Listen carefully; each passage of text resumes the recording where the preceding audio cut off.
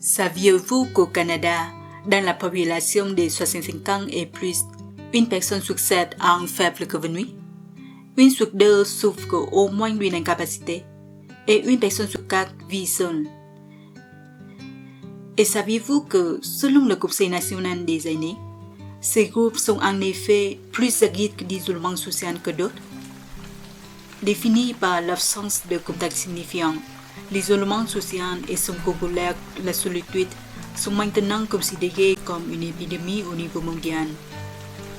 Une abondance d'études rapporte qu'ils ont de graves impacts sur la santé et le bien-être chez les aînés. Ils augmentent en outre la propension à la démence, le risque de dépression, ainsi que le risque de suicide et de mortalité.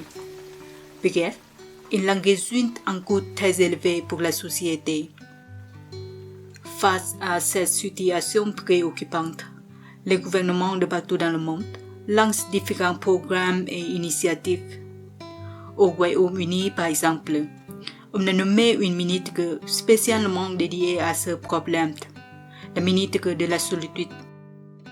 Au Québec, les 2 plans d'action du gouvernement sont quant à eux davantage axés sur la promotion de la participation sociale des aînés, l'intention étant de bâtir un lieu inclusif, un Québec pour tous les âges, où les Québécois peuvent vivre et vieillir ensemble. De l'autre côté, un bon nombre d'aînés prennent une approche proactive par rapport à ce sujet. Pour éviter l'isolement, ils cherchent des milieux de vie inclusifs et collectifs. Une étude sur les résidents d'une maison de retraite en Nouvelle-Zélande rapporte que près de 40% des résidents y ont déménagé en raison des besoins sociaux. Certains ont envie d'avoir de la compagnie, d'autres ne veulent pas vivre tout seuls.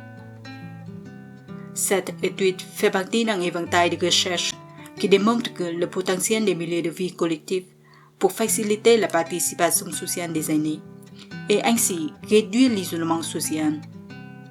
Cependant, au Québec, la majorité de ces milieux de vie sont des résidences à but lucratif, un type d'habitation destiné davantage aux aînés ayant de bonnes ressources financières.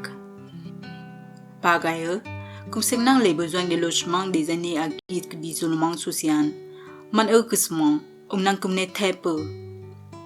De leur point de vue, quels sont les milieux de vie qui leur permettront de socialiser ou de se mettre en contact avec d'autres personnes? Pour eux, quel serait un bon lieu pour vieillir?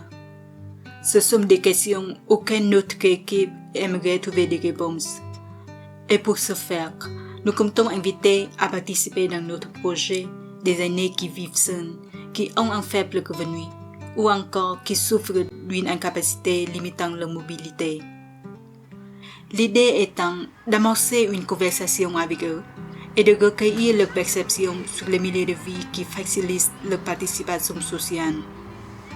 Le point de vue nous permettra d'approfondir les connaissances sur les milieux de vie qui favorisent la participation sociale des aînés et dans ce sens, il nous permettra d'améliorer les initiatives existantes dans les efforts contre l'isolement social.